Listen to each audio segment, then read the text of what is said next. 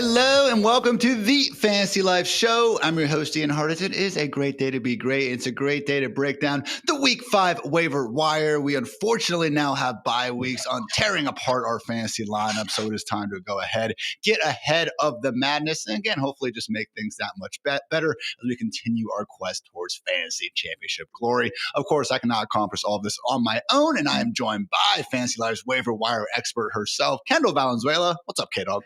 What's up, Ian? It's not a good time for fantasy football because you might have had Malik Nabers. Last week he had CeeDee Lamb go down. We'll be talking about Lamar Jackson. I don't know how, I say it every week, I don't know how it could get worse, but then the fantasy gods show us how it could get worse. But it's okay. We can go pick up some guys off waivers and add in the bye weeks this week. So you might be down your players plus an extra 4 teams that are going to be out, but it's fine. That's why we're here to help the good people. Look, I would prefer that every single Monday we get on here, Kendall, and there's nothing to talk about because there's no actual injuries that happen. But I will say, guys, relative to some of these past weeks, we actually do have quite a few big names on the waiver wire who I do think will be worth spending up for. But first, we do have to get into some of those injuries. It is time for our DraftKings opening lines.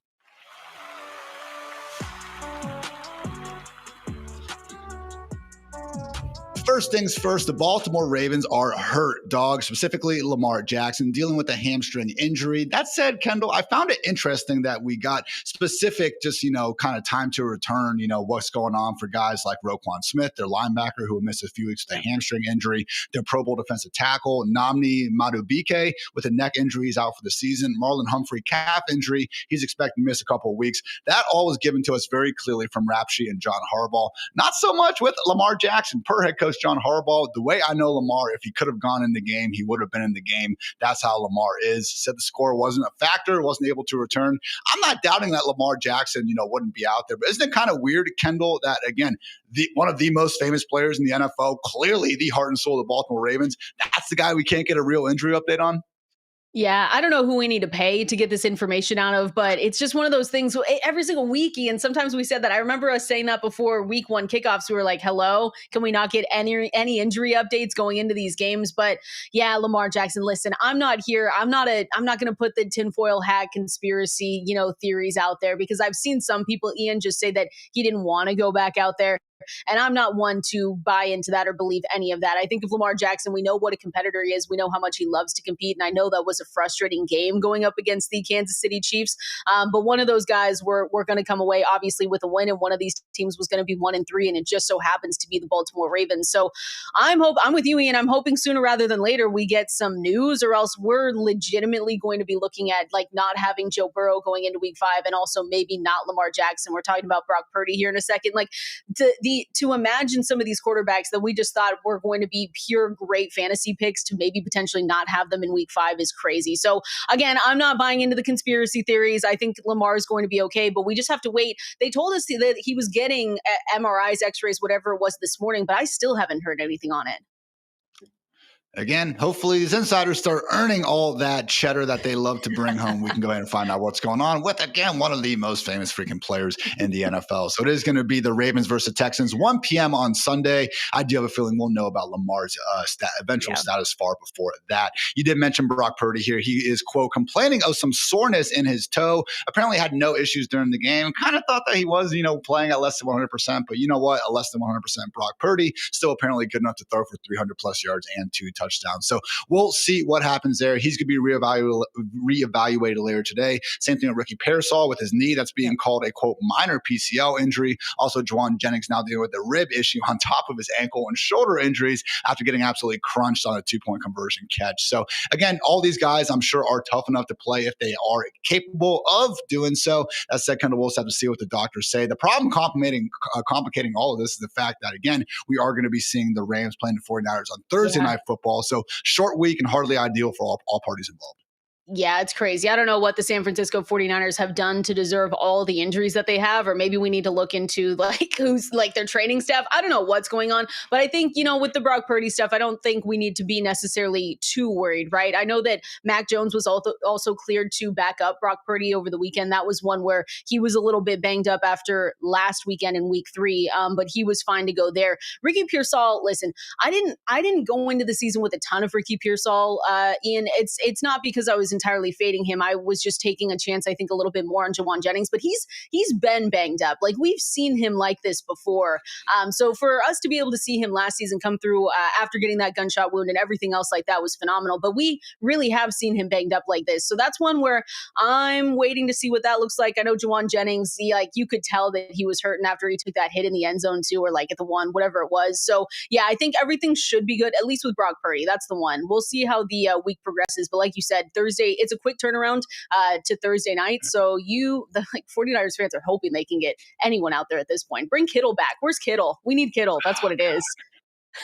Again, not good from a standpoint of the 49ers trying to win this football game. We obviously want these guys to be healthy, but Kendall, in a lot of weeks, they'd be in that late afternoon Sunday spot that really will be causing us fantasy headaches. So at least from that standpoint, again, we'll know what to do with those lineups before Thursday. So yeah, I don't know. I'm ready to point the finger at Christian McCaffrey again. This dude's dark magic witchcraft needs to stop. These guys are dropping like flies at this point. A couple other injury notes, guys. We do have an update on Joe Mixon. Texans head coach DeMeco Ryan specifically indicated Mixon is not ready to return at this time. Beat reporter Aaron Wilson said per his sources, it will be much longer, if at all, for Mixon to get back on the field this season. You hear that music, everyone? That's the Woody Marks drum beat. Baby, more on him in just a bit. Also know Bucky Irving will be getting an MRI. We actually mentioned this on our Sunday Night Review pod where Bucky Irving, Ashton Genty, and Saquon Barkley took some hits that you could kind of see made them uncomfortable. They all returned to the game. I don't think there's reason to believe that they suffered serious injuries or anything, but again, wouldn't be surprised if we at least have some early week practices. We'll see what happens later with Bucky specifically.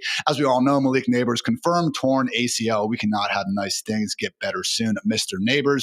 Terry McLaurin, quote, trending in the right direction per Dan Quinn as he continues to deal with the quad issue. Calvin Ridley was, quote, banged up in week 4. That's why he played less than or just barely above 50% of the snaps. Darnell Mooney has a bye week to get right because of that. Rapshi says he is not expecting to miss any games due to the hamstring injury. Good news there. Not good news for Browns wide receivers Cedric Tillman and DeAndre Carter dealing with hamstring and knee injuries. They are expected to miss plural weeks per Kevin Stefanski. Similar sentiment for Steelers wide receiver Calvin Austin with the shoulder and Jalen Ramsey, their corner. Kendall, maybe the good times rolling with Juwan Johnson could be nearing an end. We'll see what happens. Yeah. Obviously, he's been playing so well. I don't think they're going to yank him off the field, but Taysom Hill and Foster Moreau will be returning to practice this week. Again, not saying they're going to be back, but Juwan Johnson, we'll see. Raiders left tackle Colton Miller suffered a high ankle sprain, one of the last offensive lines that we wanted to deal with any additional injuries to. And also note the Texans actually traded offensive tackle Cam Robinson to the Browns in a late round pick swap. So a lot going on there. As always, we'll continue to update you guys on the injuries throughout the week. But hey, it is time for the Week 5 waiver wire. Let's get after it. This has been our DraftKings opening lens.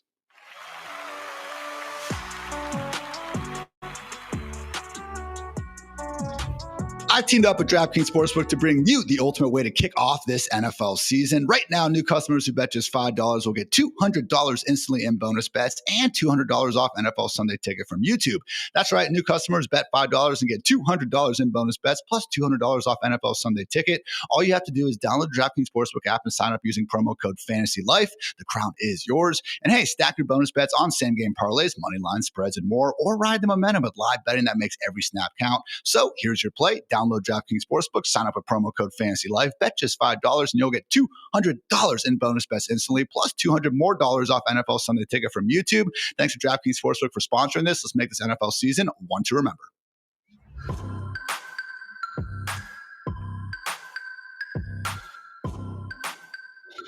And now it's time for our waiver wire market watch presented by the fine folks over at Pristine Auction. Kendall, you have wrote and always a lovely waiver wire article that everyone can read for free over at fantasylife.com. But now it is time to kind of break down the 3 biggest names and 3 biggest priorities that we are going to be going after on the waiver wire, starting off with a guy that we talked about last week and said that he was the number 1 RB pickup. So hopefully you guys already have him on your bench and you were just chilling. But yes, Texans RB Woody Marks, still only rostered in 31% of leagues on Yahoo, Kendall, so should be out there for a large majority of our listeners. And yeah, you should really go get them. And honestly, depending on your league, be willing to spend big time money because it sure seems like we're now looking at the Texans RB1.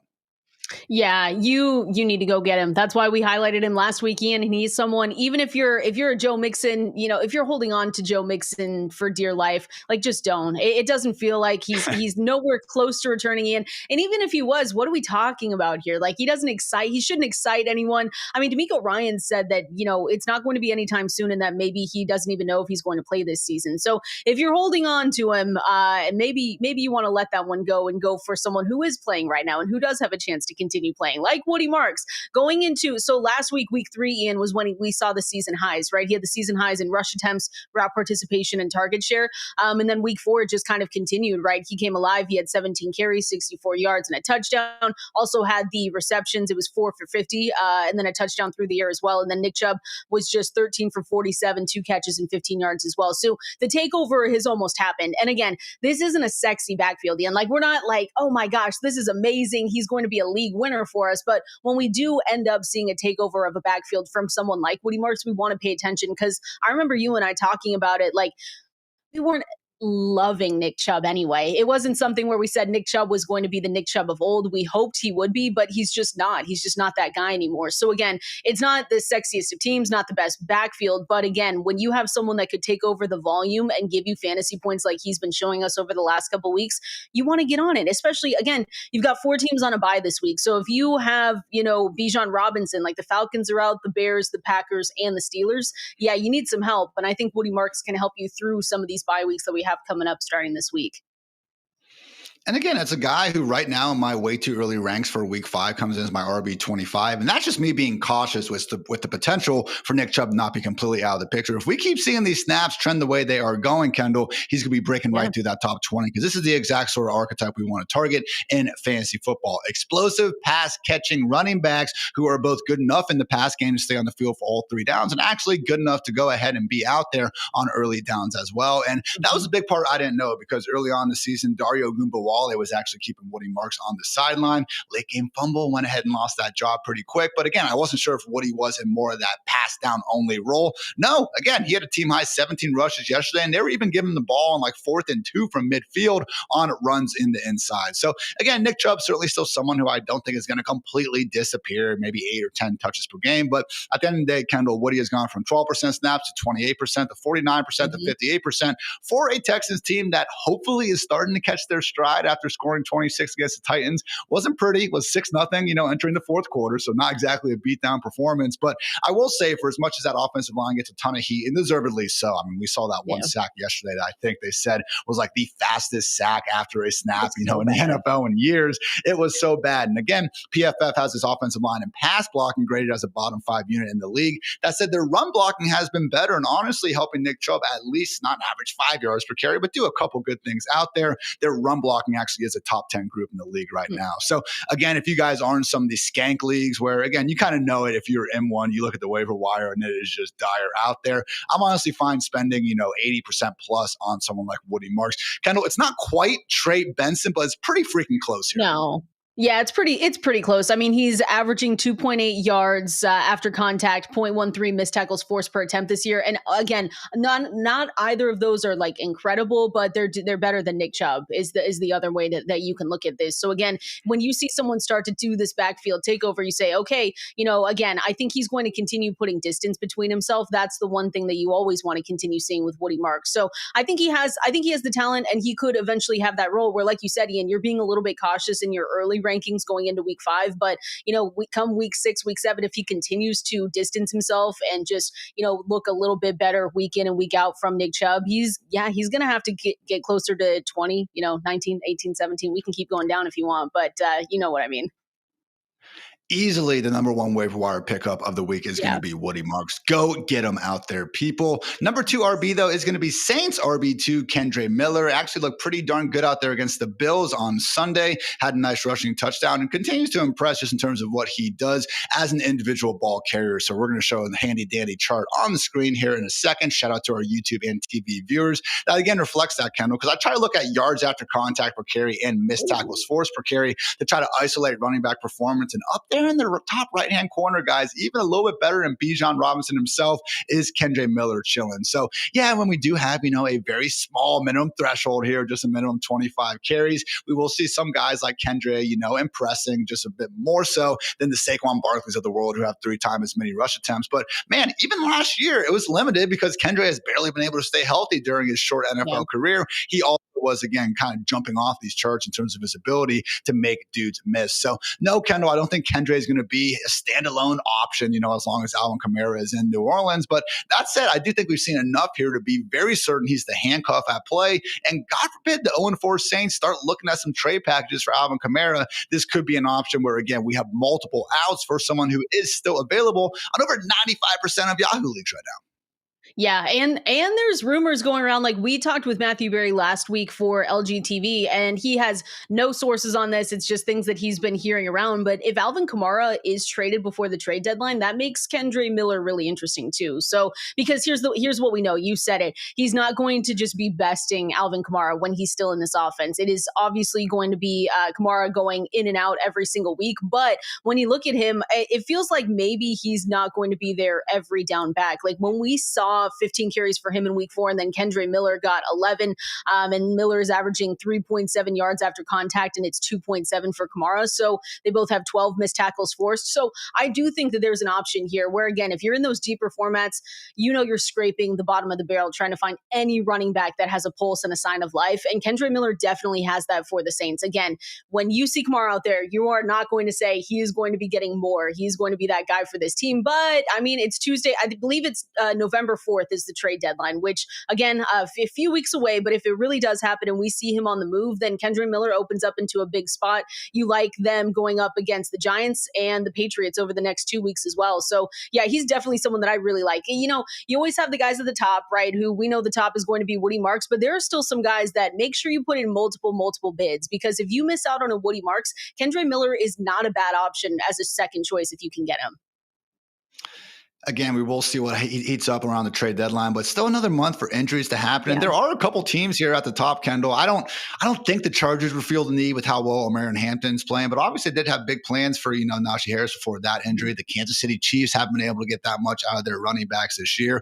God, can you imagine if Kamara went there? That would be freaking awesome. Washington Commanders, another team where, again, I think their running backs have made the most out of their opportunities, but given the Eckler injury, given that they got rid of Brian Robinson, maybe they do think that they are one more piece away. So Kendre has been clearly the RB2 here ahead of rookie Devin Neal. Neal has just 2 touches on the season. Kendre has 31. So again, more of a handcuff upside play, but at the same time, this is a rare instance where we actually have some smoke to the fire that could be Alvin Kamara being shipped out of New Orleans. So again, even if that doesn't happen, just a pure handcuff play, wouldn't be surprised if we see something maybe a little bit similar to last year, where again, it is just kind of a lost season. Maybe that nagging knee injury is enough to sideline the dude by the end of it. And then all of a sudden we have someone balling out in the playoffs. So again, Kendall, not going quite as hard in the paint here with Kendre Miller in terms of suggested fab. Again, you guys know your league's a little bit better than us, but I'd say more so in that 20-25% range. Again, very much so depends on your league, but I am not completely blowing the bank for Kendre Miller like we are at Woody Marks.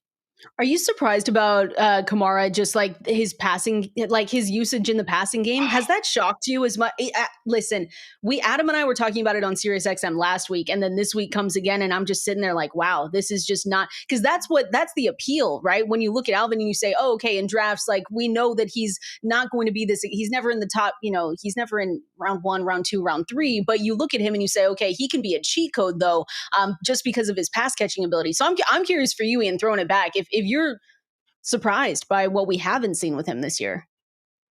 It's shocking. I mean, he's averaging 12 receiving yards per game. He's never been under 32 in his previous, 8 NFL seasons. So I will say he hasn't been making much of his opportunities. It's a small sample size, only 15 targets, but I was actually trying to find a stat that reflected how bad Jahmyr Gibbs has been in his targets, because he's got like 20 catches this year for only 80 or something yards. Again, don't think that's going to be, necessarily predictive of what's going to happen the rest of the way. We are only 4 weeks into the year, but just 3.3 yards per target this season for Alvin Kamara, Kendall. He's never finished below 5.5.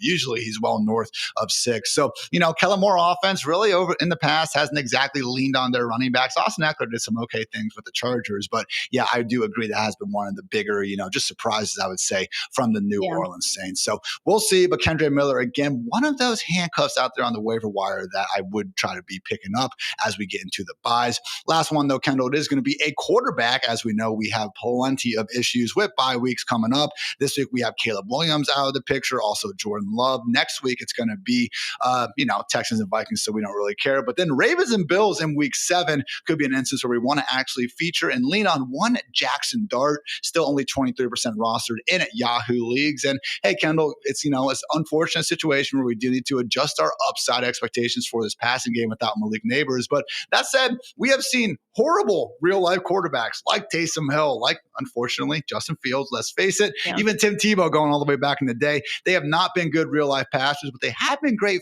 fantasy producers because they know how to do one thing really well, and that is run the football. Certainly saw a lot of that of Jaxson Dart in his starting debut.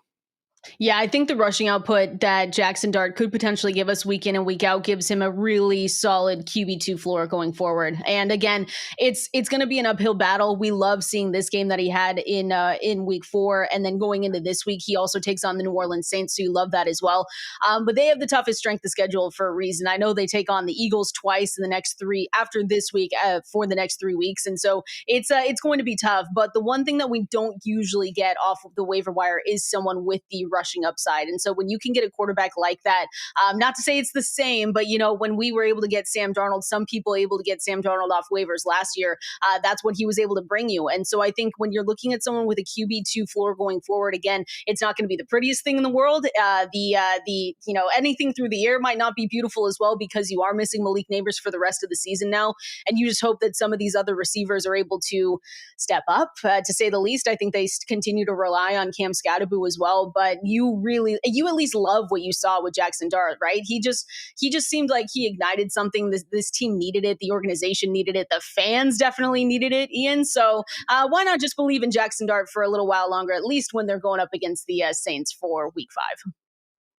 It was a spectacular first drive. I mean, just the vibes and the energy from, everyone in the stadium really was going well. Again, only finished with 111 passing yards, took 5 sacks. I think he needs to do a better job kind of figuring out when to just get rid of the football and when to try to be that playmaker. But man, we did see his ability to go out there and just be a legit threat as a ball carrier. This is not someone who, again, just got lucky, kind of defense left him alone here. He actually had, Kendall, it was like a 39-yard scramble where he was legit cutting back across the field, throwing stiff arms with his throwing hand. Like, take it easy, man. End up having to be checked for concussion after that play. But look, like he went out there, he scored a touchdown. He had 54 rushing yards. That was the 9th best performance this season from a quarterback in terms of fantasy points from rushing production. And again, if that 39-yard run hadn't been called back on a hold, he would have already been in the top 5. So I don't think he's quite on, the Lamar Jackson or Justin Fields level, but he legit might only be one tier below that. And again, that really is all we need at the end of the day to get someone, kind of bordering on that QB1 line here in fantasy land. So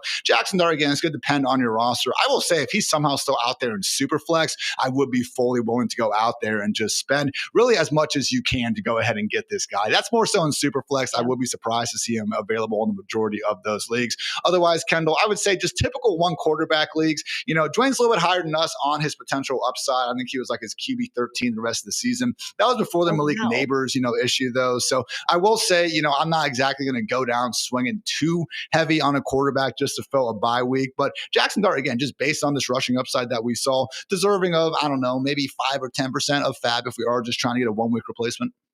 Yeah, definitely. Because again, like I said, it's not going to be smooth. You're not going to be able to. And again, this was a tougher Chargers team, so I was shocked that they even got this win. And again, they play the Saints this week. But let me just tell you, you take on the Eagles, the Broncos, the Eagles, the 49ers, and then you get the Bears, Packers, Lions, and that's the next like however many weeks that I just said. So there's going to be games where you're going to look around and say, gross, why did I spend any money on this guy? But again, it's the rushing upside that we said. And that was the one thing when we, like you and I were talking, when I was talking with Thor in the offseason, it was how this guy, Jaxson Dart, is going to be able to come into the NFL based on, the what he ran in college, right? Because it was the question of, okay, how is he going to be able to translate? And it was going to be a lot of, okay, he needs to learn the NFL playbook very fast. He needs to be able to get out there. And so I love the timeline though. I mean, if there's 2 weeks that you would have put Jaxson Dart out, these were probably the best 2 weeks to do it, get his confidence up a little bit, because again, I'm expecting another good game against the Saints. And then, you don't know, you could catch a vibe and you never know what happens. It's the NFL. It's like any given Sunday. So you got the Eagles twice, like Denver Broncos sometimes aren't showing us their best. So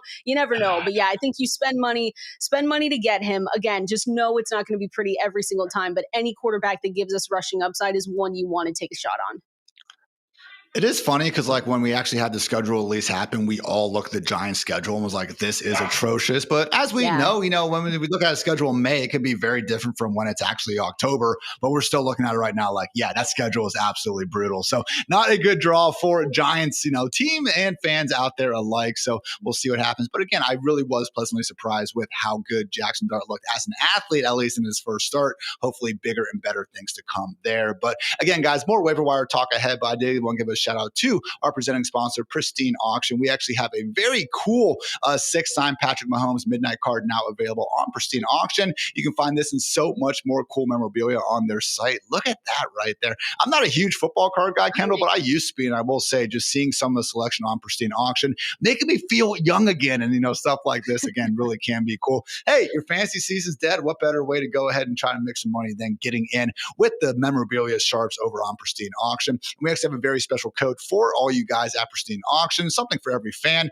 If you're already registered with Pristine, you can use code FANTASYLIFE when you win an item to receive $25 off at checkout. And if you're a first-time user, you can register using code FL20 to get $20 in credits added to your account. So again, if you've never been to Pristine Auction before, go ahead, make an account, register using code FL20. You'll get $20 off. And then after you win your first item, then use code FANTASYLIFE to get an additional $25 off. Just giving you $45 to go ahead and use that Pristine Auction. How about them apples? So again, shout out Pristine Auction. Go enjoy.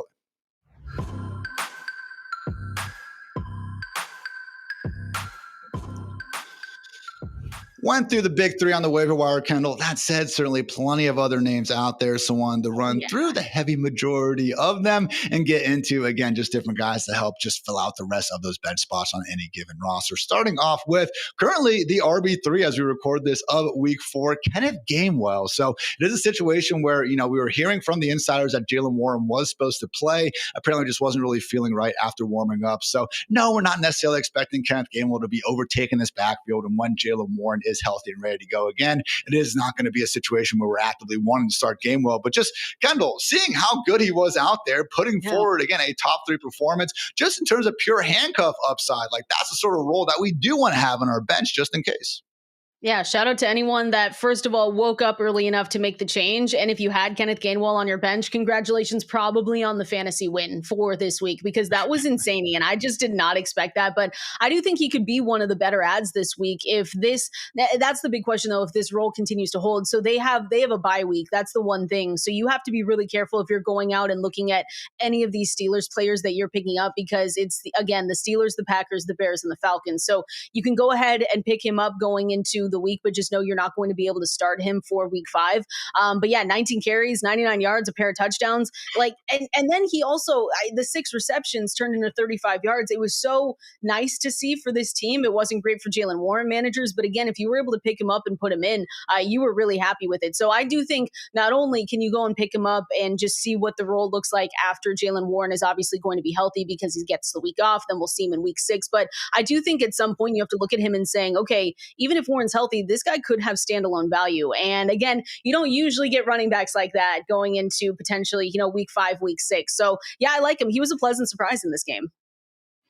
Look, he's always kind of had that twitchy, explosive pass catching Mhm. ability. Everyone coming out of Memphis has that. Tony Pollard, Antonio Gibson, Daryl So true. Henderson, a little bit back there. Like they really do produce some dogs in that running back room. So plays very similarly to Jalen Warren. And that's why, again, it's been unfortunate for us Jalen Warren truthers out there seeing Gainwell eat into the role. It really was surprising to me, though, seeing them continue to lean on Gainwell as much as they did, even down the stretch in a game they were up in. Again, maybe Caleb Johnson does have bigger and better days ahead. We have seen post-buy rookie bumps before, but right now, it really is looking like Kenneth Gainwell going to be that featured RB2. And Pittsburgh, again, just the handcuff upside alone here, good enough to warrant a spot on the fantasy bench. Another running back, Kendall, actually coming back from injury, Tajay Spears. Yes, the Titans offense is an absolute dumpster fire. Just ask Cam Ward yourself, for his thoughts on the matter. But it is a situation where Spears, everything he's been able to do in the past as an explosive pass catching running back, that is the sort of archetype we want. So no, I'm not going to be lining up to start him in week 5 if he actually is going to be active in his return from IR. But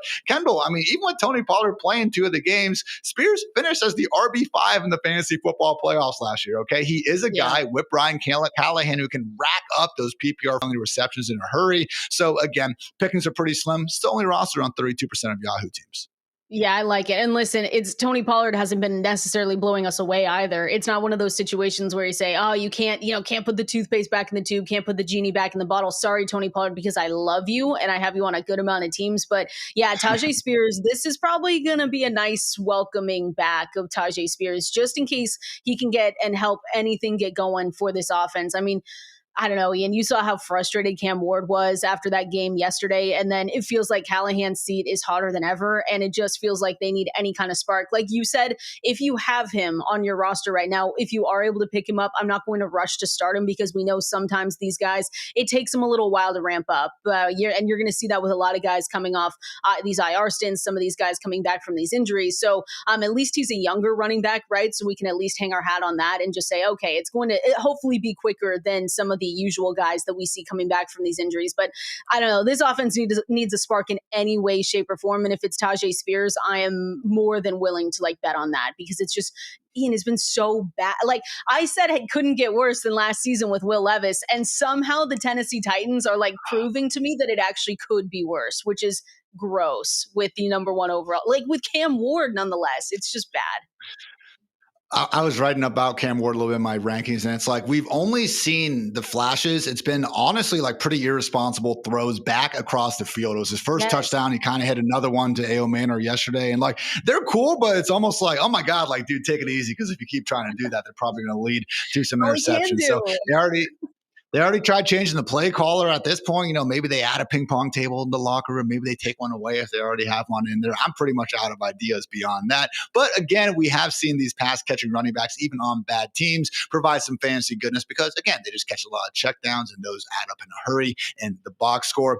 3 more quick ones for running back Kendall. Blake Corum, still only rostered in 28% of Yahoo leagues. Again, not someone we're going to be wanting to trust for standalone value, but God forbid something happens to Kyren Williams. Blake Corum will be on the cover of every single waiver wire article out there. Also, shout out to Raheem Mostert, still only 1% rostered. Of course, why would he be? But we actually did find out that he is now seemingly the clear-cut handcuff to Ashton Genty. We had Zamir White being a healthy scratch there on Sunday. Dylan Lobb was restricted to special teams. So again, God forbid anything happens to Genty, I do think Mostert will be the preferred ad. Last one, Kendall, is Xavier Scott with a Z, only 1% roster, caught a touchdown in Ireland. Shout out Ireland. Played running back and wide receiver in college during his time at UConn and Maine. I'm not too thrilled about this one because we're not starting him this week, and Aaron Jones should be back in a couple weeks. But again, beggars can't be choosers. Certainly would prefer Corum as a stash here, Kendall, but Raheem Mostert is a sneaky good handcuff too.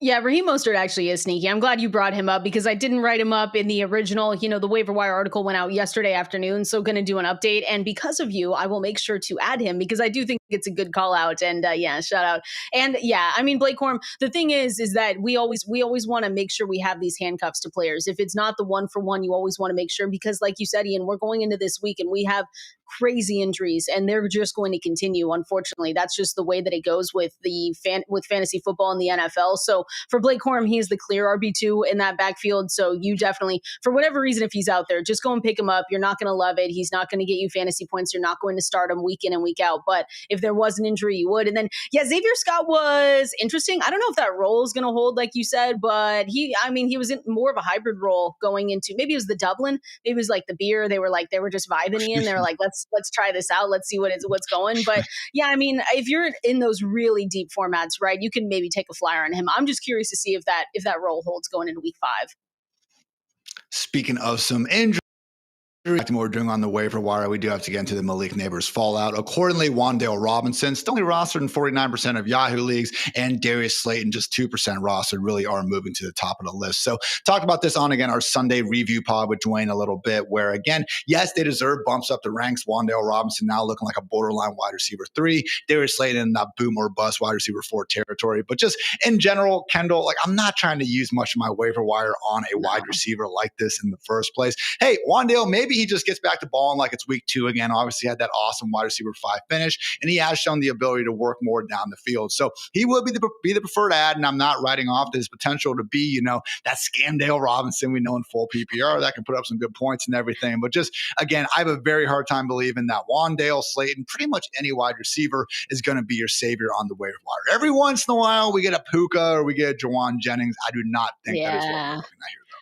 Yeah, sorry to Darius Slayton, Wan'Dale Robinson. I agree with you, Ian. Not that I don't believe in them, but everyone knows that when you have someone like Malik Nabers go down, just like how we talked about CeeDee Lamb, no one's a 1-for-1 replacement, but you know that the targets are up for grabs. So who's going to be able to step up? So I wrote up Slayton just because he's only 2% rostered. I figure anyone listening right now, you're probably not going to be able to go get Wan'Dale Robinson. I saw more than 50% rostered across most leagues, but if he is for some reason out there, definitely go and get him. This is just a nightmare situation. Again, it sucks for everyone involved and for more specifically Jaxson Dart to not be able to have someone like Malik Nabers out there. But again, you saw Slayton come down, lead the team with 3 receptions, 44 yards, and then you had Robinson lock down 3 receptions for 14. I think either work across the board. And Theo Johnson maybe too. I put a late write-up for him as well. You're looking everywhere, Ian. You're going to leave no stone unturned. So if we're talking about streamer tight ends, I haven't obviously done my rankings yet, but he'll be interesting as someone that maybe steps up as well. You know that they connected for that touchdown too. But again, you're really diving deep there. But, you need anything that you can to try and make up for not having Malik Nabers the rest of the way. No, I actually like that Theo call. Again, it's going to be in deeper leagues. I know you guys aren't going to be thrilled about starting them, but if we are just trying to find someone for 1 week against a Saints defense that we don't exactly think too highly of, I do think Theo Johnson could get there. Relative athletic score, Raz, as a lot of you guys know it as, this dude literally is one of the most athletic tight ends that we have ever seen. Haven't necessarily seen that show up on the field. I'm not saying Raz is the most predictive thing for on-field success, but legit, I think he was based on number 2 out of, the thousands of guys they've had based on his athletic testing. So, hey, Theo Johnson, Bretton Strange, those are 2 guys who were responsible for at least, delaying Tyler Warren's breakout there at Penn State. So they can play a little bit. And again, certainly plenty more targets to go around in this New York Giants offense. So I would prefer to get Wan'Dale Robinson. Darius Slayton going to be, again, more of a boom or busty type guy. He did honestly have a chance to score a touchdown yesterday. He ended up getting kind of grabbed after he ran up past the corner. So I do think we'll get some booms here or there. But again, just a situation where, Jaxson Dart, I think he'll throw for more than 111 yards in these extra starts. But Kendall, we did see the Giants actually have the week's 2nd lowest drop back rate over expected. It was like minus 15% or something. So particularly once they get Tyrone Tracy back, they already love to run Jaxson Dart as well. I mean, this just could end up being one of the league's more run heavy offenses. Accordingly, we're not going to be loving really any of the pass catchers involved.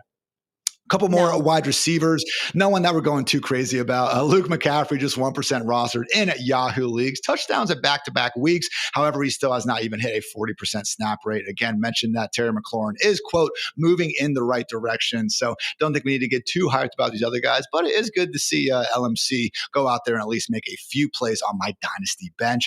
I'm actually a little more excited, Kendall, about Isaiah Bond because, again, Cedric Tillman, DeAndre Carter, they are expecting to miss multiple weeks. Bond was someone who, again, they kind kind of snuck onto the Browns roster while the Quinshon Judkins stuff was going on. And they said, okay, let's just go ahead. We already have a bad press day. Let's make it horrible. But Bond's out there. They're actually trying to get him the ball early in games when they're scripting stuff. And hey, back-to-back weeks now where he has played over half of the offensive snaps. So the Jerry Jeudy stuff this year has been miserable, Kendall. He's got the second most drops in the league. Only Jacoby Myers has been targeted on more plays that eventually ended in interception. And I talked about my spike line. Okay. Quarterbacks, again, it's a 39.5 passer rating when you literally just step back and spike the ball into the ground. The only two pass catchers with at least 15 targets who have a lower passer rating when targeted versus just spiking the ball, Jerry Jeudy and Travis Hunter. So again, Judy's been horrific this year. And now you take away Cedric Tillman. Who's to say Isaiah Bond can't be the best wide receiver in Cleveland? Why not? I mean, just a guy, Jeudy. I think that's what the people are calling him now because he's back to doing that. But yeah, Bond. Listen, 3 of 6 targets for the team high 58 yards. So you'll take that any day of the week. And I think I read that they're not making a quarterback change going into this week. But I have to wonder, Ian, when that's going to happen, because you can't, for us in fantasy, we're okay with it because we know that, we're okay with not having to go through either, any of the other quarterbacks that they have over there. But I'm curious when that's going to stop because they can't just keep losing like this. But yeah, the targets and yardage were career highs for Bond, obviously, in this one. And so I think with Cedric Tillman going to miss some time, which also sucks because he's someone that I've just kept secretly on my benches and he's been okay to have to stream. But with him missing a couple weeks, he leaps a spot on the depth chart. So I think like you said, who's to say that he's not going to be able to just go out there and just command some targets that we're okay with. But again, I don't know how much longer they can continue to look this bad or continue losing, Ian. At some point, we're going to go to one of the rookie quarterbacks.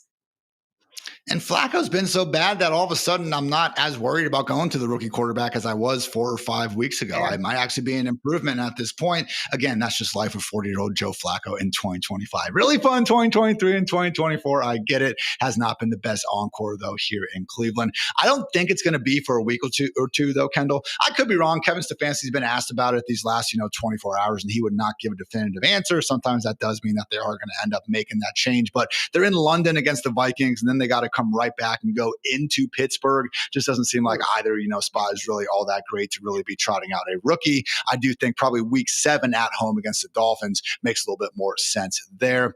Only other note would be Jordan Whittington actually out there in a near full-time role. This surprised me to see, but he played 80% of the snaps last week. It was Tutu Atwell getting that 88-yard go-ahead touchdown. That was cool and everything. But no, with Jordan Whittington, he's not going to be someone that we're actively trying to start by any stretch of the imagination. But I do think, honestly, if Puka goes down or even Devontae Adams, Whittington probably would be the next guy up. And just everything in that passing game is so condensed around those two guys. Mm-hmm. Honestly, again, Whittington is someone where if you have any sort of just hope to play these guys in the standalone flex, Whittington's not going to be your guy. But I don't know, I'm in some dynasty leagues, guys, where that waiver wire is completely barren. I've still seen Whittington on a few of those. I do think this guy can play. He's kind of got that dog in him like a Puka Nacua. And again, the Rams clearly think a lot of him to keep him out there on the field. So Jordan Whittington, Kendall, someone where, again, in the deeper leagues, particularly even dynasty, I can certainly get behind.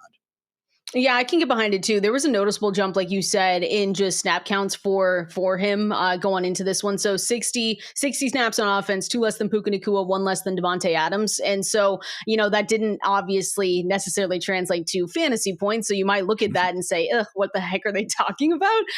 But it was a noticeable jump. So I think that definitely, and we saw it, Devontae Adams missed a couple practices last week. He was a little bit banged up. Not to say that that's going to continue going forward. But again, he's an older receiver. And like you say, it is so condensed. We love this offense because we know that when it's Matthew Stafford, when it's McVay, they're going to hyper focus on some of those wide receivers. And so right now it is Puka Nacua, it is Devontae Adams. But, if one of those guys, like you said, were to go down, and the NFC West is a toss-up right now. You got 3-1 for the 49ers, Seahawks, and Rams, and then the Cardinals are sitting there at 2-2. But, this could be wide open as we continue on, especially if those 49ers, that game on Thursday is going to be really important. If the 49ers continue to just get banged up, Seahawks continue, their defense at least continue to look good, they're going to start putting up fights here. So I do like Jordan Whittington. I don't think he should be out there as much. And again, you said it, it's deeper formats. If you're in a 10-team, 12-team and your league mates aren't very focused or into it, you obviously can wait and pick him up. But I think those deeper formats, especially because we saw the jump in the snap counts, it's pretty good for him. And then finally at tight end, I think you kind of hit the nail on the head earlier, Kendall. Theo Johnson would be the guy where, again, if you just need a streamer for 1 week, I am trying to use him. Also, Isaiah Likely, though, still only 16% rostered in Yahoo leagues, made his return, didn't get a single target out there, which actually made me wonder if he was limited. But no, he was actually in his usual part-time role, just wound up seeing Mark Andrews get more of the targets. So as we know, when Mark Andrews is going to be healthy and active, it's going to be tough to expect much of anything from Isaiah Likely. But man, if there ever was a tight end to try to keep on the bench just because of that sky-high handcuff upside, it really would be Isaiah Likely. I have a feeling that, again, the Ravens-Mark Andrews partnership could be over after this year. Likely really is going to be someone shooting up the ranks here when that happens, or maybe when an injury or something happens before then. So just to kind of recap, Kendall, again, running back and just overall, Woody Marks, far and away the number one waiver wire ad of the week.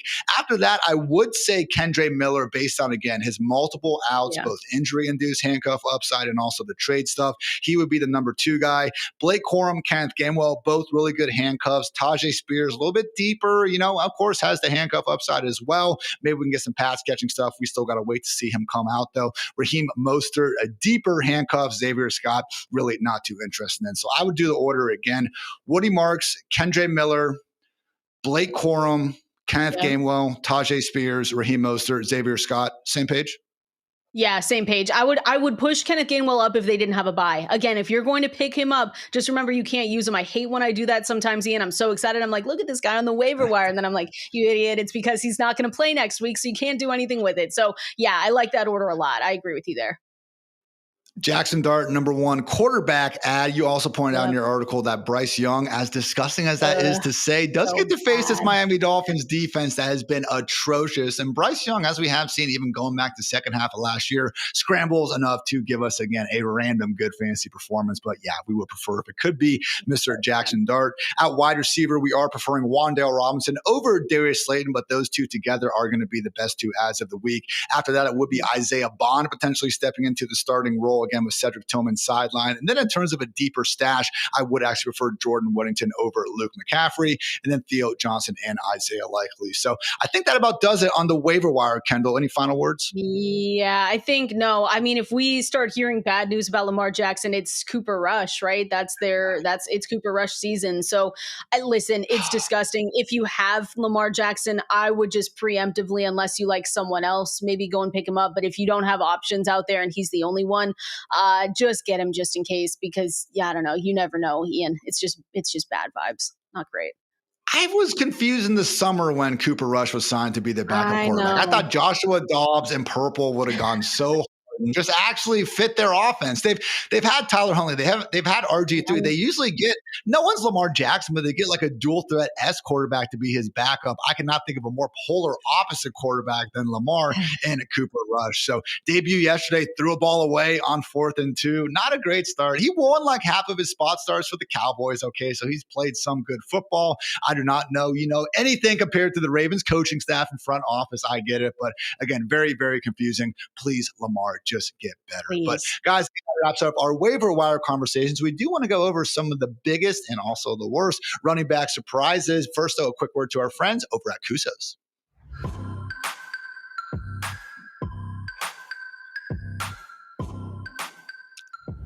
Guys, listen up, because we here at Fantasy Life are teaming up with Cuso's to bring you the No Bad Meats, No Bad Beats, No Bad Meats campaign, where every week we'll discuss 3 of your bad beat stories that you submit, and accordingly you can win free Cuso's seasonings and sauces as a result. Again, this is awesome, okay? You've unfortunately, in this case, probably had a bad beat affect your fantasy team. You're down in the dumps. Just scan this QR code below, though, and we will give you, again, free Cuso's seasonings and sauces. Like, is there anything that can make you feel better about a bad fantasy beat than that? I do not think so. So again, submit your stories at the QR code here. Give yourself a chance to be featured on the show and get some free Cusos, okay? We talk about them on Wednesday. Me, Cooter, Jake will talk. Maybe, make fun of you a little bit, but at the end of the day, you're going to get free Cusos out of it. And again, personally, I cannot say enough good things about their seasonings. I've been really just taking my grill game with chicken, especially, to another level, okay?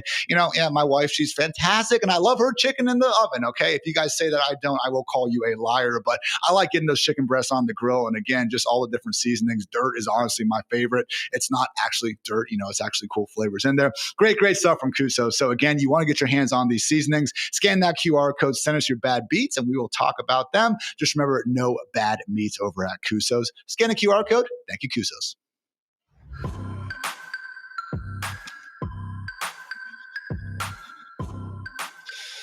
All right, K-Dog, I want to take a second again. We're about a quarter through the season and just kind of look back on some of the biggest surprising running backs relative to how they've been performing in terms of PPR points versus that preseason ADP that we were drafting them at 4 short weeks ago. So kicking things off with the best running back performances so far, we have Javonte Williams, who is the RB7 in PPR points. He was a preseason ADP of RB39. J.K. Dobbins is the RB14. He was being drafted as the RB38. And Travis Etienne, RB10 right now, was being drafted as the RB31. So look, not every single boring veteran with, the potential to soak up some volume has been killing it, Kendall. We can talk about, Chase Brown, DeAndre Swift, some of these other disappointments. But man, at least in these 3 cases, Javonte, JK, and Etienne, it's a good, evidence that, sometimes that boring veteran actually can still give you really fun fantasy points when their offense is good enough to enable it. Yeah, I mean, Javonte Williams. Is this should we start apologizing? There's so much time left, Ian, but I don't know yet. But Javonte Williams look at that, the ADP of RB39, and I still wasn't buying into it. It was towards the end of draft season, Ian, when I said, okay, we have so many leagues that we're in, and I just said, well, I don't want to miss out if he is actually good. I'll just take him in a couple leagues, and those are the ones that are thriving. So shout out to Javonte, especially because for me, the first week, right, he fell into the end zone twice, and I said, oh, okay. Those were nice touchdowns, but it wasn't phenomenal. And he's just looked so good in this offense that it's like, wow, all right, maybe he's going to continue to do it. And then, J.K. Dobbins, another one where I'm still one that I'm just still a little bit skeptical. And it's not just me, bagging on J.K. Dobbins, but to me, I still just want to see if they're going to do anything with R.J. Harvey. That's one of those running backs that I'm sure we're going to talk about who's a disappointment, but I'm still holding out hope that, again, it's only week 4. They're playing the Monday Night Football doubleheader tonight. If you're listening to this right now. But I'm still just holding out hope that maybe we see a little more RJ Harvey. But shout out to him. And then, of course, Cam. We love Cam Scatterboo on this show. Come on.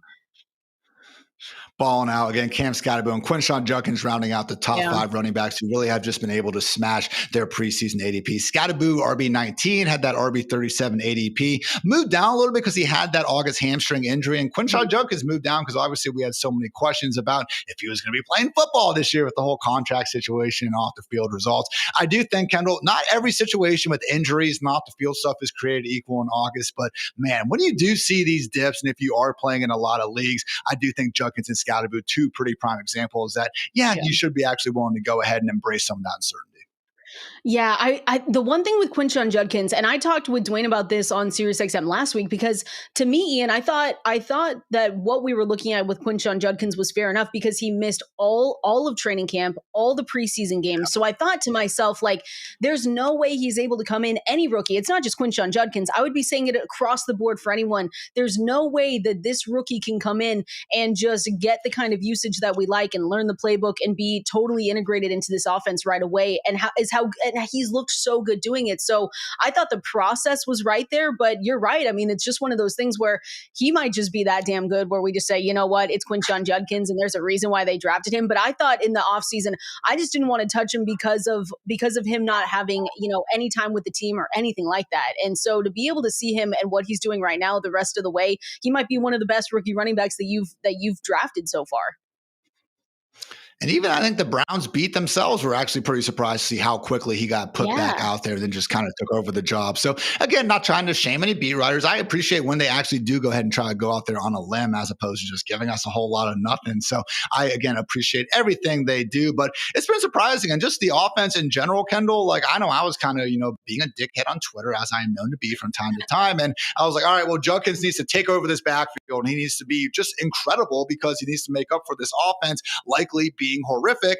I mean, the offense has been horrific, but guess what? Judkins has taken over the backfield. He's also been pretty freaking incredible RB2 in yards after contact per carry. So again, not every situation created equal, but Judkins as RB29, I mean, he was someone that we were confidently ranking inside the top 24 before we had so much concern about the suspension. Probably should have been a bigger priority for all of us there in the middle rounds as that ADP really started to slide. So those were the best running back values. That said, Kendall, we got to try to hate ourselves just a little bit more here on Fantasy Live show and go over some of the biggest whiffs so far. All right. The season is still early. I must remind everyone, but Derrick Henry, just the RB24 right now in PPR points, of course, had a top 5 ADP. Chase Brown, we'll see what he does here on Monday night. The season is young, but RB33 right now, ADP as the RB12. Isaiah Pacheco, RJ Harvey, and probably the biggest bust in them all, Caleb Johnson not doing anything. So I will say Travion Henderson didn't quite make this list. He hasn't been good either. So not trying to hide from that. But I will say, Kendall, again, Henry, I'm not so concerned about. He just hasn't had more than 12 carries since week one. It's kind of this combination of the Ravens defense being really bad. They start leaning on Justice Hill more so in pass downs, but I would be very surprised if King Henry doesn't get rolling soon. He's still averaging 5.8 yards per carry, looking good with his opportunities. Fumbles obviously suck, but again, very much so confident in Derrick Henry. It's Chase Brown that I think is the bigger question mark because, again, this Bengals offense is going nowhere good, nowhere fast. NFL high 47 carries too without a 12-yard plus carry. So with Chase Brown, again, shout out to Dwayne. He actually kind of started talking about this in August. There were some kind of dead zone running back qualities to Chase Brown where we really didn't think that highly of him as in terms of an NFL talent. Obviously had the day 3 draft capital. Had a great second half the last season. I get it. But again, it was a situation where more than anything, we were just so trusting in that volume. And guess what? I bet that volume would be looking a lot better if Joe Burrow was still under center. But just a good reminder, Kendall, when you are in, round 2, early parts of round 3 in some of these fantasy drafts, just try to look extra hard at some of these running backs who you are wondering, are they even that good at real life football? Yeah, I was one where I definitely wanted, and because of where I was drafting Ian, maybe it was the fantasy gods looking out for me, but I was more drafting in the 10, 11, 12 range in most of my drafts. So if you were drafting in the back half, you weren't usually getting him at the turn unless you really, really jumped for him and took him there. And the thing with Chase Brown too, by the way, and again, shout out to Dwayne McFarland because he's told us he's dominated the backfield, 67% snap share. This is obviously before the game tonight, 79% of the attempts, and then 12% target share. And you have not had fantasy points follow that. It's 9.2 fantasy points per game. And so it's just gross at this point. You're just looking at that and just kind of shaking your head. Only 2% of his attempts have gone for 10 plus yards. And again, efficiency. And we see efficiency change all the time, Ian. So sometimes it can be fickle and you say, all right, well, maybe it just gets going here. But yeah, losing Joe Burrow and then seeing all the stats that come with him already dominating this backfield, I'll add someone. We didn't mention Taj Brooks, but I will say Taj Brooks is someone in a deep format. Could you be shocked if this organization looks around and just says, you know what, we're not getting it from Chase Brown. Let's try to get a little bit more to Samaje Perine. Gross. I know. Let's try and get more to this rookie running back in Taj Brooks. I'll add him to the list because if it continues like this, you're not going to be happy, and the Bengals aren't going to be happy either. And again, the offensive line is doing Chase Brown's no favors, okay? It is Genty Raiders level bad. I'm not trying to completely throw Chase under the bus, but you're right, Kendall. If Chase Brown's going to continue averaging under 2 yards per carry, they're going to have to try something else. Really could be Taj Brooks, so I like that call. Isaiah Pacheco, someone where, again, just has less rush attempts than Kareem Hunt now at this point in the season. I think another example of someone like Kareem Hunt who, no, we don't personally value all that highly, but guess what? Our opinion doesn't matter. Obviously, the Chiefs and Andy Reid had a bit more goodwill for their old friend. And then again, RJ Harvey, Caleb Johnson, maybe 2 guys that people just got a little bit too caught up with that rookie fever. RJ Harvey is playing well with his opportunity, 6.1 yards per touch. I am not giving up on him. Caleb Johnson just a little bit tougher because, again, not only does he have to try to get past Jaylen Warren, but after seeing what Kenneth Gainwell did, really does look like it's going to be tough here for Caleb Johnson. So we'll see. Just 4 weeks. You look at the top, leaderboards after 4 weeks of last season. You saw guys like Jaden Reed and others who came crashing back to earth, but so far not so good for those 5 running backs. So that said, Kendall, we are going to go over some more pain here. The return of the Sheesh report. We got guys talk about the 1 yard line, unrealized air yards, all that coming up. First, a quick word to our friends over at Xfinity.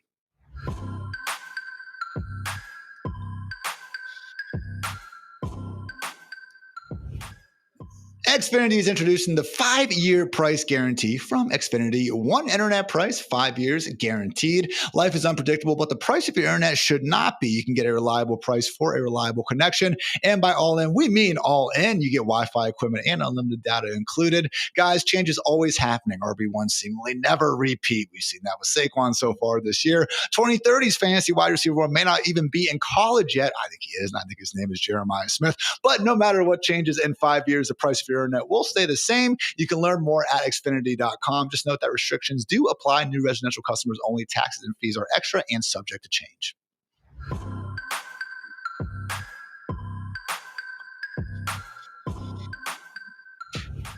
Apologies to everyone for not having a written Sheesh report this year, but I still include all the good stuff in my rankings article, also 10 things, and I also go ahead and tweet these out over at iHeartitz. So I'm not trying to leave you guys hanging in accordingly, Kendall. Let's get into some of those near miss, beyond the box score sort of moments that, again, you saw if you were watching the games, but we got busy lives. We got stuff to do out there, so we're here to catch you up if not. Starting off with players who were tackled at the 1 yard line and did not score on the same drive. So close, yet so far away. Starting off with forks up Cam Scatterboot, Kendall, not once, but twice on the same drive, had a chance to score a touchdown. Again, just couldn't quite power through the goal line. So did get in a 2-point conversion. I was surprised to see him not quite manage to do it again before then, but sometimes, it just sucks to suck.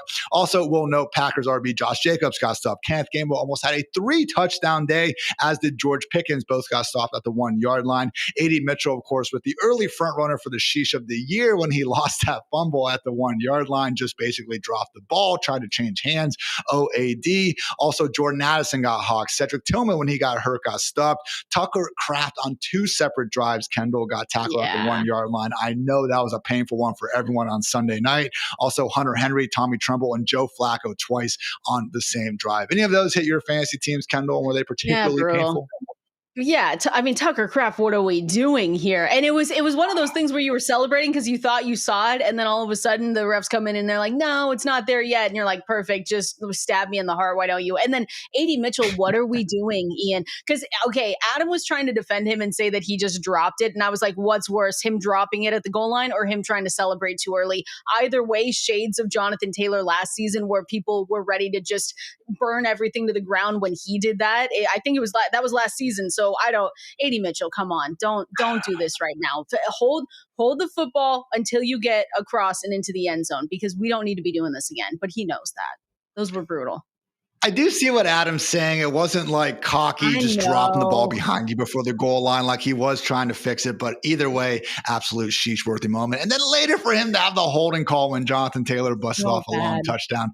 Again, very A.D. Mitchell-esque week 4 for, again, A.D. Mitchell. So hate to see all that. But yeah, the Tucker Kraft ones especially. Do we really need to go look at every single blade of grass in slow motion? The answer is probably yes. But I don't know, Kendall. We got the MLB bringing in these strike and ball things. Like, I'm okay letting these old guys with bad vision decide some of these calls, okay? Back in my day, let me tell you, things were a lot better, right? Come on.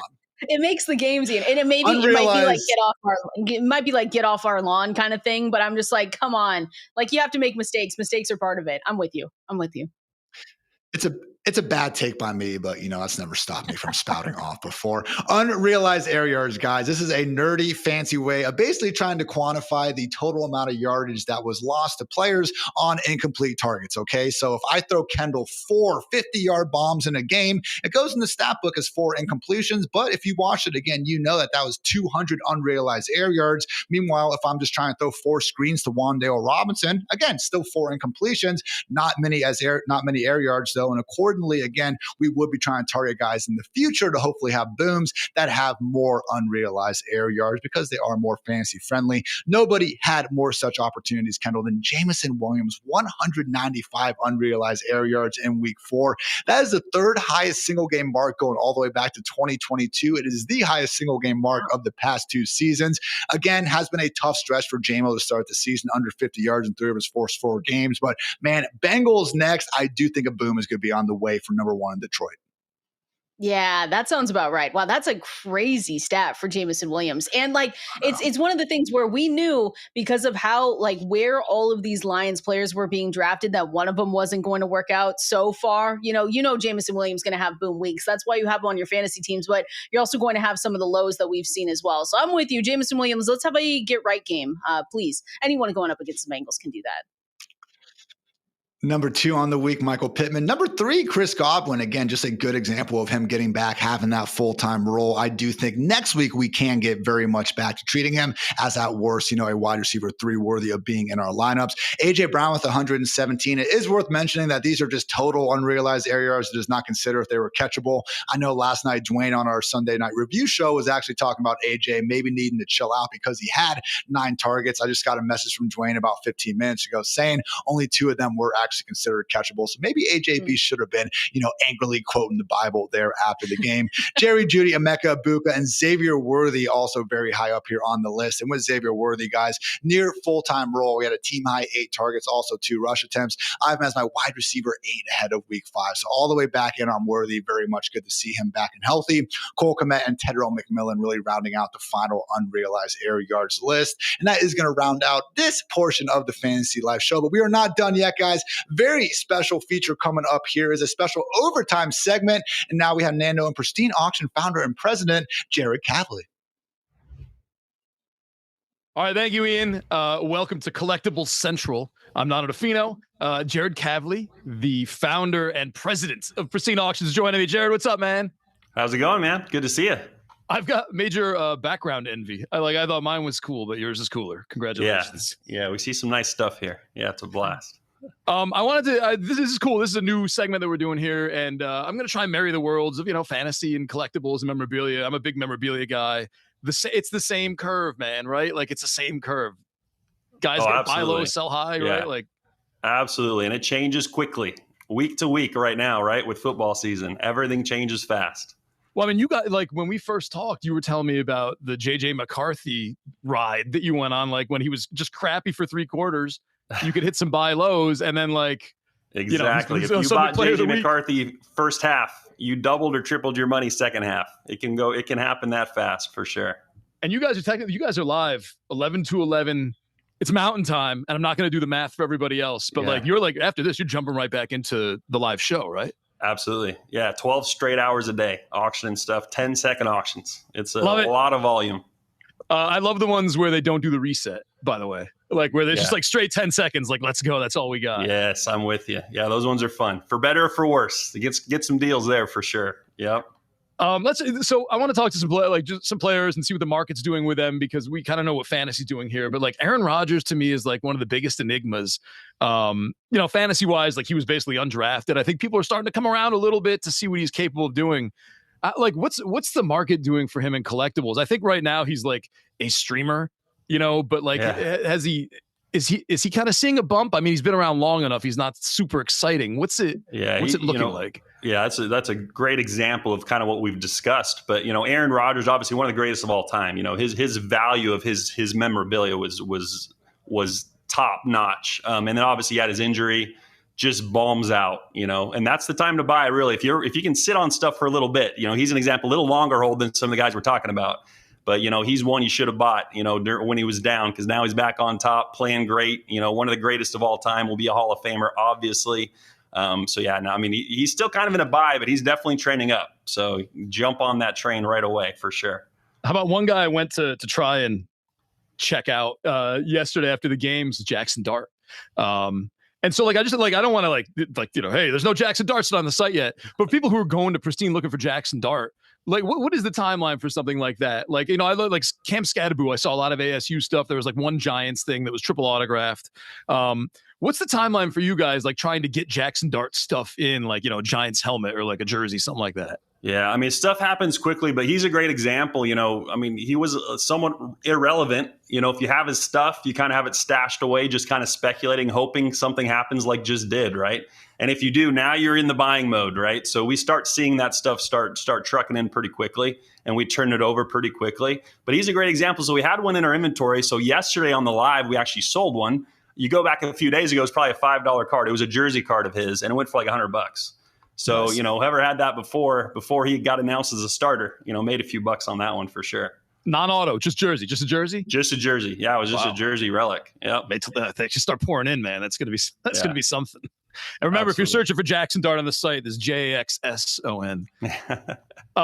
Travis Kelce's another one I want to ask you about. I'm sorry if I'm just all over the place, picking your brain, but I see Travis Kelce, and to me, I'm kind of like the guys. Like I got a Jason Kelce, that Funko Pop that had him when he tore his shirt off during that playoff game, and Sure, yeah. I was very proud of that one. But I feel like Travis Kelce's kind of jumped the shark a little bit. Is that true, or is he still kind of there? I'm seeing pretty good values with Kelce still. On the memorabilia side, he's pretty high. And, kind of the rule of thumb with that is when somebody's relevant for really any reason, his stuff is really hot. So obviously with the marriage announcement, that's kind of a big deal. So he transcends sports now. So, it's not just sports fans now buying Travis Kelce. If you're a Taylor Swift fan, you got to get some Kelce memorabilia in the collection too, right? So, I'm seeing good values with Kelce for sure. That's it. I find that. I guess you're right. Like if he's not just in the football section anymore, really. Right. I know he literally is, but like in people who want a piece of Kelce.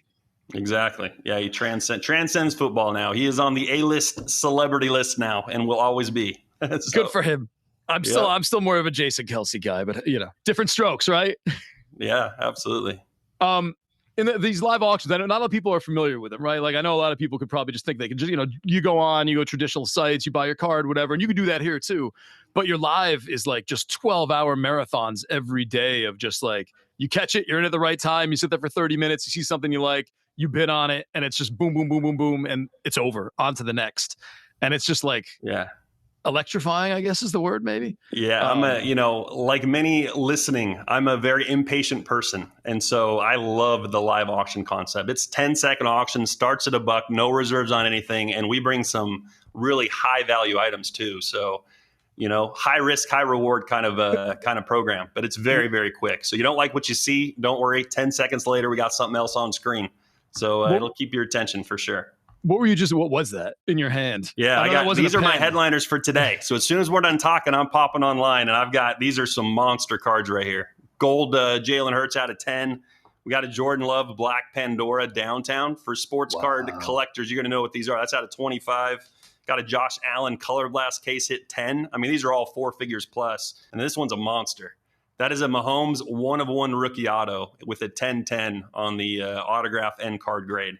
So that's a multi 4-figure card we're putting up with 10-second auctions. So that's the kind of stuff we do. It gets pretty crazy. Dude, these downtowns are like the craziest thing to me. Like, coming from being an 80s collector and like remembering like foil cards you threw away, you know what I mean? And now they're the ones you want. And like the downtowns are just kind of like goofy, like, maybe Score had them a long time ago. And now it's like, they're cool and people want them. And so they're going for a ton of money. It's that supply and demand thing. These are tough to find and everybody wants them. So supply and demand, man, they go nuts. Everybody loves those. All right. So if you're watching us live, get over to Pristine and get your hands on one of those. Before I let you go, I want to first let me plug FL20, gets you $20 just to play with if you're new. Get you actually 25 if you're already at Pristine and you just want to it's not a cell phone company, right? You get rewarded for your loyalty there. So use code FL20 when you're checking out. I was going through your site and I was looking at pylons. Pylons popped up. I was searching for someone and I saw pylon. And I'm like, man, I wonder how many pylons are on this site. I have the answer. I don't know if you want to guess or if you just want to. I have no idea. I'm guessing we have all of them, though. 471 pylons, man. Wow, how about that? Yeah. You play a lot of football with that. I love the unique stuff. Like, to me, just something on the shelf that just pops. You know what I mean? I think a pylon's a great example. Yeah. That's exactly what it's like. A nice orange pylon sitting back there, I think would be, beautiful, I think. Yeah, absolutely. Yeah. A little conversation starter. Yeah, where'd you get that pylon? Well, let me tell you. Like, why do you have a Marshawn Lloyd pylon? Well, it's the only one I can win. It's the only one I can get outbid on. Dude, thank you so much. Thanks for popping out and popping back in. Again, if you're watching this on like Roku, Fubo, wherever you watch Fantasy Life with Ian Hartitz and Nano DeFino. But for real, like if you're watching this, it's just like it's constantly going on. So check it out anyway. If you don't actually get to jump over right now live, you can jump over and something will be live. Chances are. But Jared, thanks, man. Thanks for joining us. Thanks for all this data and information. Anytime. Good luck. I hope you get 4 figures on all those. You got to hope to see all you guys there. $1 starting bids. We're going to go crazy. We'll see you then. All right. Thanks, Jared. We'll talk to you soon, man. All right. We'll see you.